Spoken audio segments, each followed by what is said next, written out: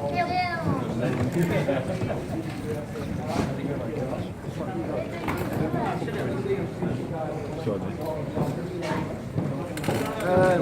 then? Are you sure you want to go on it? Munroe is coming through. Have a look at that. Oh. Right. Ladies and gentlemen, thanks very much. Obviously, it was early hours, and I'm sure we've got a lot of questions to ask. I just want to say, from our point of view, us as a promotion, that Bill needed those 12 rounds. He needed that fight. He needed to get the rust out of his system. He needed to. He's had a very frustrating 2 years. He just teamed up with Dominic. I think he's done a fabulous job with him. Caught a guy that was awkward, you know. Basically, he was on the back foot for these 10 rounds. And it's very awkward to fight some guys, fight guys like that. But, you know, Bill, with his game plan and the way he's prepared himself for this, it can only be good for the future. So the objective now is to get him out again in December. It depends what happens tonight, or the early hours in the morning, with his fight in Vegas. And hopefully within the next 48 hours we'll basically have some sort of decision where we're going. Worst case scenario, God forbid, either the winner gets badly injured and you know, they're not available to fight. Bill will fight again in December.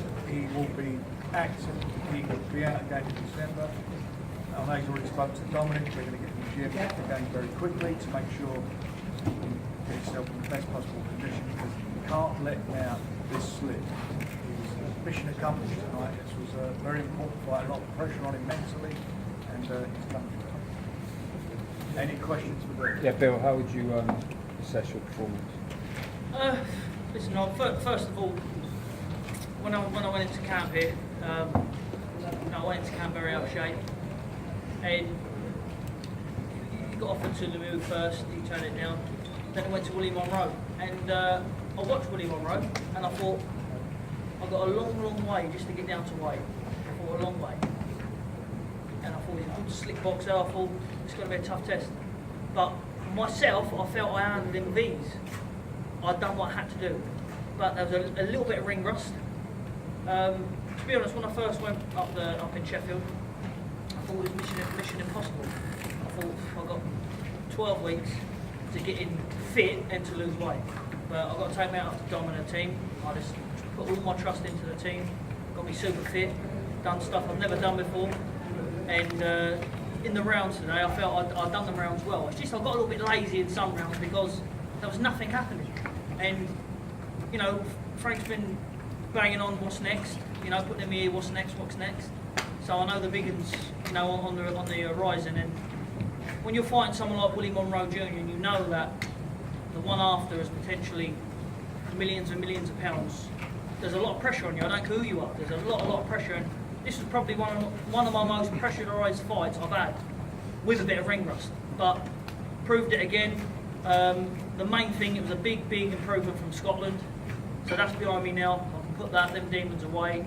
I know that I've got full and plenty left in the tank. There was stuff I wanted to try tonight that, you know, it takes two to tango, and if someone's running away on the back foot and he's an awkward boxer, really. He's sharp, he ain't got that much power, but every time I wanted to meet him in the middle, you know, one of us had to go to our left, dip down to the left, and it's a little bit sloppy, but yeah, you know, I've got the win. Listen, everybody knows in boxing, who knows boxers, when two slick southpaw meets each other, like me and Andy Lee, we managed to meet each other a couple of times, and I come off trumps, but me and him tonight, he wouldn't commit at all. I hit him a couple of times, and I got a bit excited, but I had Dom screaming in the background, don't go, this walk him, touch him down. I was listening to instructions and got through the 12 rounds, but if it wasn't for the Ingles up in Sheffield, I believe I wouldn't have made it here tonight. I think that I would have done things wrong, as I usually do, and would have messed it up a little bit, but I knew I couldn't afford to with Munroe Jr. People need to don't forget that when he boxed Golovkin, he had a lot of success, even though he got knocked out in 6 rounds. And if he would have engaged with me tonight, how he engaged with Golovkin, you know, perhaps, you know, I would have caught him, but it wasn't to be. I beat him comfortable and got the win, so that's the main thing. The cut looked like a sore one. Yeah. Was Do you it know what? bobby a We bit? clashed heads in round 4, and I couldn't see. I was completely like, it was blurry, like someone chucked salt in my eyes or something, like looking underneath water. And I thought it was Vaseline in mine, and I tried to wipe it, and when I realised it was blood, I just had to keep away to the end of the round. I couldn't generally see him, simple. Either blood or hair gel, I'm not too sure, because he was putting hair gel in his hair before he went to the fight, doing his hair. I think that's what it is, to be honest. I borrowed Dom's hair gel. He's getting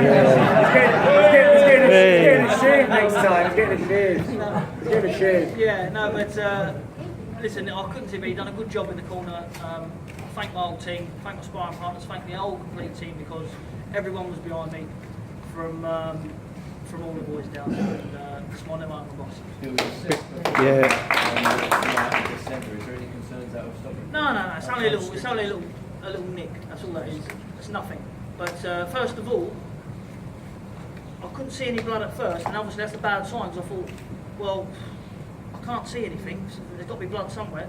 But I carried on, and I got caught with a jab, and I see then the blood fall on my glove, and I thought, all right. But then I went completely. My vision was gone. And Dominic sorted it out, and I was back to normal, giving round 5. Your son's apology, had you planned that from yesterday, or was that spur of the No, I'll tell you what happened. Listen, obviously he was there. He's a young kid. He watches YouTube. He's seen me go off the day before. He's seen them all around me. He didn't like it, but I've always taught him that if anyone puts their hands on him, or anyone hits him, to retaliate. I think that he overstepped the mark a little bit. He apologised, didn't you, Steve? And it won't happen again, will you? How did you assist with his performance? Yeah, listen, considering the time frame he had, he rolled up at Winkerbike, took his shirts off, I looked at him and I just scratched me and I thought, here we go again. He thought he was having some time off as well, didn't he? Yeah, we're going to have some time off. I got a bit of a break going on, and he rolled in. Frank phoned me up and I thought he'd be alright, and he came in massively overweight, and it's an odd job just shifting the weight. But Munroe Jr. he's not a pushover. He's not like he got a body to fight. He got a well-ranked operator who'd only been beaten twice, mandatory challenger, and he's the type of guy, if you give him an inch, he'll take a mile. And I said to Bill, he had the perfect sparring partner with a guy we've got called Abraham Horner. He's trickier than a bag of load of monkeys. You can't hit him with a bag of sand, but he was ideal for what we needed. And Billy's put the time, he's put the graft in. I've told him he's got, I think, maybe 9 to 10 weeks for his next fight. If he doesn't come back in the gym by the end of next week, I'm just going to say to Frank, don't give him that fight, because we're not going to do a 10-week camp. He can continue this camp on, but if he has more than 1 week off, I'm going to say to Frank, leave him, because we're not going through that again, a 12-week, crash plan to get him to this point. So if he wants to, if he's honest about what he wants to do, he's got to put it all behind him. He's had the time messing about and messing about with his mates. He's time to knuckle down for the work, because on that performance tonight, he wanted to beat Canelo and he wanted to beat Golovkin. That's the warm-up, that's the pre-training camp. He's got to take what he's got now and improve on that in the next 10 weeks, fight, whether it's Golovkin or Canelo or another fight. I'd like him to actually fight somebody else, some decent guy in December, not them two, and then get him in tip-top shape when he fights next year, maybe the spring or whatever, against the winner of them tour, a good operator, and because he's got another 3 or 4 months to go yet to get him up to peak condition. And the most important thing is, Bill trained to make the weight, training for the fight, training to make the weight.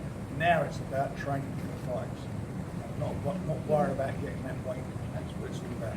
Training to be at his peak. Obviously, Dominic, you've had Kell Brook in with Golovkin and Billy Joe. How does he fare against someone like Golovkin? Well, listen, Billy's a middleweight, isn't he? Today, taking Billy on the pads, I was thinking, there's not much power there, in the look to the camp. But Billy's very conservative what he does, even with sparring partners. He never goes full out, he never puts everything in. But tonight, warming up in the changing rooms, you could feel there was real snap and power in his shots. He nearly took my head off with a shot. But he could, he put Munroe into his shell. He clipped him with a couple of decent shots, and Munroe was in his shell. And he never came out of it, and he took his chances. He waited and waited, because I can tell their plan. They'll have looked at his worst fight when he starts running out of gas in the later round. They thought, we'll wait, then we'll jump on him. And when they tried to jump on him, Billy clipped him a few more times, and the kid went back into his shell again. That was the game plan. That's what we said from the off. He's going to try and save the early rounds, jump on him late when he starts to gas. But he didn't gas, he got plenty in the tank. So, he's got a lot of work to do. Billy Joe Saunders tonight wouldn't have beaten Canelo or Golovkin, we know that. We're not stupid. But he's got more work to come. He can do the work and he can improve massively. Kelbrook had a great game plan against Golovkin. He was coming up from a lightweight. Billy's a proper middleweight. There's a lot more to come from Billy Joe Saunders, and I think looking, hopefully these two knock the stuffing out of each other tonight, Golovkin and Canelo. They bash each other up, and they're not able to box till next year. And Billy gets another one in, and then Billy comes in and picks up the pieces afterwards, because I think that's what kind of fight it's going to be. Billy, would you like another fight before you fight, right? If you weigh up from 2015, I boxed Andy Lee, then I boxed again in December 3rd in Scotland. I wouldn't call it boxing. Then I boxed tonight again 9 months later. I would love the opportunity if it arose and it was only December I could get. Then I'm not going to pass by on that. But ideally, if I personally don't think they're going to be ready for December anyway. My personal opinion, especially not Canelo if he wins. I've heard Canelo's already in talks with Mikel Carter, so if he's in talks of that overlooking the fight tonight and Golovkin wins, maybe Golovkin might have it in December, but I would rather that because Golovkin's 36, let put him straight back into camp, put me straight back into camp, and just Golovkin's name alone will bring another 25% out of me. Just his name alone will bring 25% out of me. Tonight, again, I was in there tonight, and I knew that natural ability, I could beat a world-class opponent on natural ability. So I had a little bit of fitness there tonight, but I know there's loads more improvement to do. I see these all working in the gym, see all the boys working in the gym, see the way they operate, and I can only go up. And I'm looking forward to the journey. But if they're not ready, then most definitely I want to be out again in December. Who do you actually want to win that fight? You said you I think would Golovkin will win want it. Golovkin to win because he's the invincible man. Dom's been up against him before. He's had a close eye on him. Kelbrook had a good fight with him for 6 rounds until his eye went. So that all them advantages come into my favour. He's 35, 36. I'm 28. If I'm not going to beat Golovkin now, I'm never going to beat him. And I've always said, when I was 24, 25, I said, listen, I want him in 18 months' time. And not to get more experience, to mature probably as a man. I feel that I'm maturing now. I'm punching a lot harder. And I know I've got the beat of him. Just on the will alone, and his name alone will bring an extra 25% out of me. Will you wait until that fight? I'm not waiting around for it. Listen, I'm not waiting no more. I'm not waiting around. Like I said this before to my dad. I'm not waiting around for nobody now. If them fights don't come, I want to be out in December, and I want to be out again in February. I'm 28 now. I want to be out of the game when I'm 30, 31. I don't want to be in it for years till I'm 35, 36. I want to be 31. I've got a family. I've got kids. I just want to earn what I can earn. At the minute, while I'm in love with boxing, I want the fights because at the minute I'm back in love with it. Bill, firstly, congratulations on the win to you and the team. No secret you want either Golovkin or Canelo. Frank, what's been the hurdle before in trying to make either of those two fights? We made the fight. They sent us the contracts, and the problem was after the Jacobs fight, they didn't want to fight. The fight then came about with Canelo, and I think that came about because of the Jacobs fight. They see his performance in that fight, and I think they felt to see a chink in his armour, and it was the time to take it. As I've said a million times, he's probably one of the most active of champions. He spends all that time in the gym, he's constantly working. Maybe that fight looks a bit stale, so they didn't want to risk it. And we had it all done. He was going to fight in Kazakhstan, it was on their expo that they had. And so we had the contracts. Bill signed it, they never signed it. Well, there's no excuse now because when I went to the press conference, I was out of shape. They told me I looked overweight, get in shape and fight. I'm in shape now, I'm ready to fight. Good luck to them tonight. And whatever one wants it next, I'm willing to go. I'm game. At the end of the day, they want to be unified champions. They can never be unified champion without that on the line. So they can't go down in the history books without that on the line. I'm willing to put it on. Are you prepared to travel for that fight? Listen, my dream is to fight for all the titles in Las Vegas in America anyway. I would love home advantage. Frank, I'm sure Frank's he's very good at obviously doing that. He's proved it time and time again.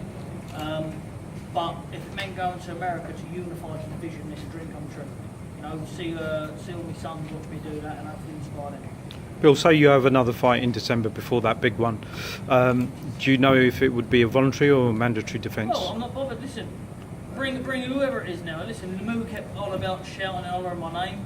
I'm sure that he said he had a bad hand or he was waiting for Miguel Cotto. Listen, everybody wants to fight me, but when I'm in shape, it seems that no one don't pick up the phone. No one wants to ring when I'm in shape. When I'm fat, out of shape, then yeah, you know. But it's time for the talking to stop now and get the work done. So I'm in shape. I will continue being in shape and ready to get it on. Excellent. Come back here to proper watch Billy Jones. Yeah.